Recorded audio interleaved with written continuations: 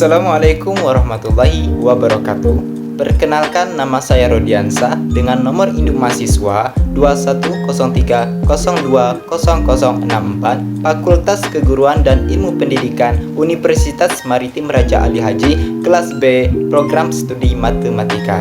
Perkenalkan, nama saya Lisnawati Sihaan dengan NIM 1203020058 dengan program studi pendidikan matematika kelas B tahun 2021. Perkenalkan, nama saya Yohana Simanulang dengan nomor induk mahasiswa 2103020056 di Fakultas Keguruan Ilmu Pendidikan Universitas Maritim Raja Ali Haji, program studi pendidikan matematika kelas B tahun 2021.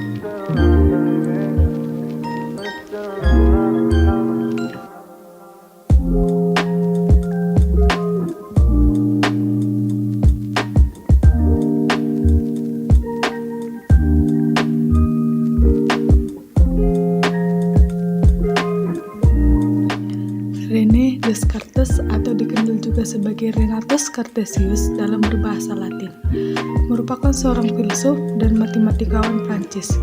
René Descartes lahir di Lanhaye, Turin, tepatnya di negara Prancis, dari sebuah keluarga borjuis. Ayah René Descartes merupakan ketua parlementer Inggris yang memiliki tanah yang begitu luas.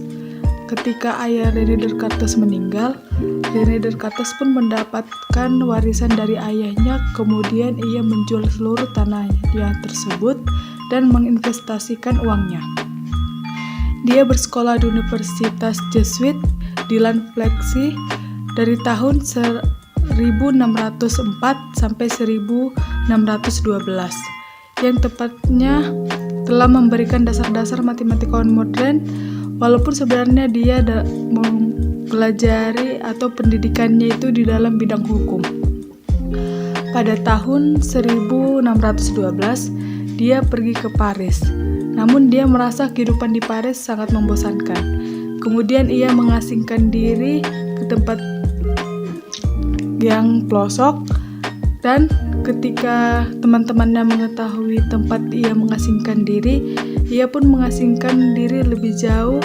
Dia memutuskan untuk menjadi tentara Belanda pada tahun 1617. Akan tetapi ketika René Descartes telah menjadi tentara Belanda, tepatnya pada tahun ketiga ia menjadi tentara Belanda, terjadilah perang yang besar yang mendorong dia untuk mendaftarkan diri sebagai tentara Bavaria pada tahun 1619. Di Bavaria inilah selama musim dingin, tepatnya pada tahun 1619 sampai 1620, ia mendapatkan pengalaman yang dituangkan ke dalam buku yang berjudul The Cross de la Méthode Russell 2007.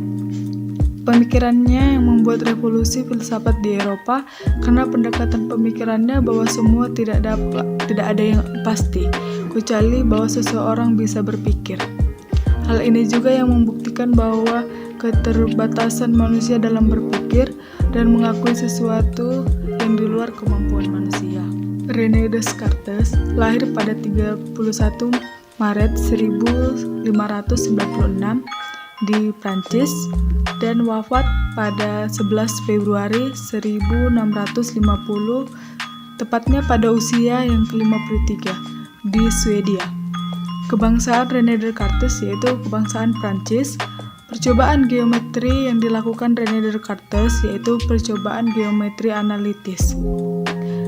René Descartes menghasilkan sistem koordinat Cartesius yang mempengaruhi perkembangan kalkulus modern, yang menyediakan jalan buat Newton menemukan kalkulus. Pythagoras adalah seorang ahli filsafat dan matematika yang lahir tahun 570 sebelum Masehi di Pulau Samos di Turki. Pythagoras juga disebut sebagai bapak bilangan. Dia memberikan sumbangan yang penting dalam bidang filsafat dan keagamaan pada akhir abad ke-3 sampai 6 sebelum Masehi. Salah satu peninggalan Pythagoras yang terkenal adalah Teorema Pythagoras yang menyatakan bahwa kuadrat hipotenusa dari segitiga siku-siku adalah sama dengan jumlah kuadrat dari kaki-kakinya atau sisi siku-sikunya. Walaupun fakta di dalam teorema ini telah banyak diketahui sebelum lahirnya Pythagoras, namun teorema ini dikreditkan kepada Pythagoras karena ia yang pertama kali membuktikan pengamatan ini secara matematis. Pythagoras juga mendirikan sebuah perguruan yang dimana perguruan tersebut banyak memberikan sumbangsih dalam bidang matematika. Pythagoras dan muridnya percaya bahwa segala sesuatu di dunia ini berhubungan dengan matematika dan merasa segala sesuatu dapat diprediksikan dan dapat diukur dalam siklus beritme. Ia percaya keindahan matematika disebabkan oleh fenomena alam dapat dinyatakan dalam bilangan-bilangan atau perbandingan bilangan. Sebelum kita ke konsep dari teorema Pythagoras, kita ketahui dulu apa itu teorema Pythagoras. Teorema Pythagoras adalah salah satu teorema pada segitiga siku-siku yang fenomenal dan cukup terkenal sekitar 570 sampai 500 sebelum Masehi atau 490 sebelum Masehi. Teorema ini telah lama dikaitkan dengan ahli matematika sekaligus filsafat Yunani yang bernama Pythagoras. Nah, kita akan membahasnya dalam dua sudut pandang, yaitu secara geometri dan secara analitik. Pertama, secara geometri. Jika kita punya segitiga siku-siku ABC dengan siku-siku di titik A dan pada masing-masing sisinya dibuat persegi ke arah luar, maka luas persegi pada sisi BC sama dengan jumlah luas persegi pada sisi AB dan CA. Berikut ilustrasinya. Inilah gambar ilustrasi daripada teorema Pythagoras. Luas persegi pada sisi BC sama dengan jumlah luas persegi pada sisi AB dan CA. Itu contoh gambarnya.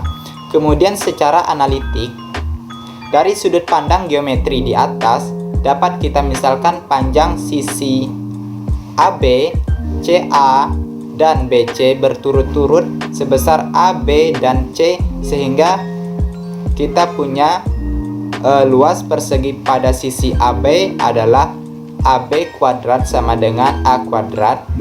Kemudian luas persegi pada sisi CA adalah CA kuadrat sama dengan B kuadrat.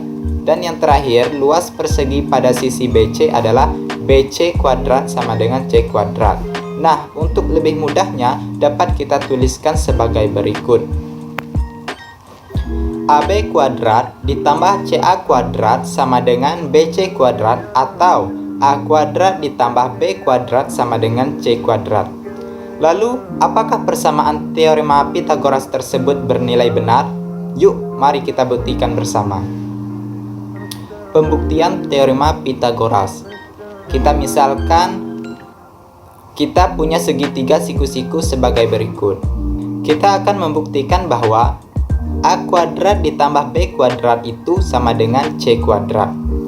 Pertama, kita duplikat segitiga siku-siku tersebut dan kita susun menjadi seperti gambar berikut. Dari gambar tersebut kita punya 4 buah segitiga siku-siku dengan luas totalnya adalah luas sama dengan 4 dikali luas segitiga sama dengan 4 dikali A kali B per 2, kemudian 2 dikali A dikali B. Kemudian kita punya satu buah persegi kecil yang warnanya coklat dengan sisi C dan luasnya adalah luas sama dengan C dikali C sama dengan C kuadrat. Kita punya juga satu buah persegi besar dengan panjang sisi A ditambah B dan luasnya adalah luas sama dengan dalam kurung A ditambah B tutup kurung dalam kurung A ditambah B tutup kurung sama dengan A kuadrat ditambah 2 dikali A dikali B ditambah B kuadrat. Jadi pada gambar-gambar tersebut kita Ketahui bahwa luas persegi besar setara dengan jumlah luas persegi kecil dan 4 buah segitiga siku-siku, sehingga dapat kita tuliskan A kuadrat ditambah 2 dikali A dikali B ditambah B kuadrat sama dengan C kuadrat ditambah 2 dikali A dikali B, kemudian A kuadrat ditambah B kuadrat sama dengan C kuadrat. Giovanni Girolamo Saccheri lahir di Sanremo, Genoa, sekarang Italia, pada tanggal 5 September 1667. Saccheri adalah anak dari seorang pengacara. Dia mulai ikut pelatihan akademik dengan Yesuit di Genoa pada tahun 1685 dan 5 tahun kemudian terdaftar di kampus Jesuit Brera untuk belajar filsafat dan teknologi. Salah seorang guru, seorang penyair dan ahli matematika yang bernama Tommaso Ceva yakin untuk mengarahkan energi. Ia ditahbiskan sebagai imam pada tahun 1694 di Como, Italia. Pada tahun yang sama, Saccheri mulai mengajar filsafat di Universitas Turi sampai 1697. Pada tahun 1697, Saccheri berganti pekerjaan lagi. Kali ini ia pindah ke Universitas Jesuit Pavia atau juga dikenal sebagai Universitas Ticinese. Di tempat itulah mana ia mengajar selama sisa hidupnya. 2 tahun kemudian, ia menjadi pimpinan di bidang matematika yang diangkat oleh Senat Milan. Saccheri meninggal di Milan, Italia pada tanggal 25 Oktober 1733. Giovanni Girolamo Saccheri telah mengemukakan The Mathematician Tommaso Ceva dan menerbitkan beberapa hasil kerjanya, termasuk Quesito Geomatrica pada tahun 1693, Logica Demonstrativa pada tahun 1697, dan Neostatika tahun 1708. Saccheri mempunyai dampak dalam penerjemahan kerjanya atau dalam membangun kebebasan idenya. The Hypothesis of the Accurate Angle is Absolute False adalah buku pertamanya.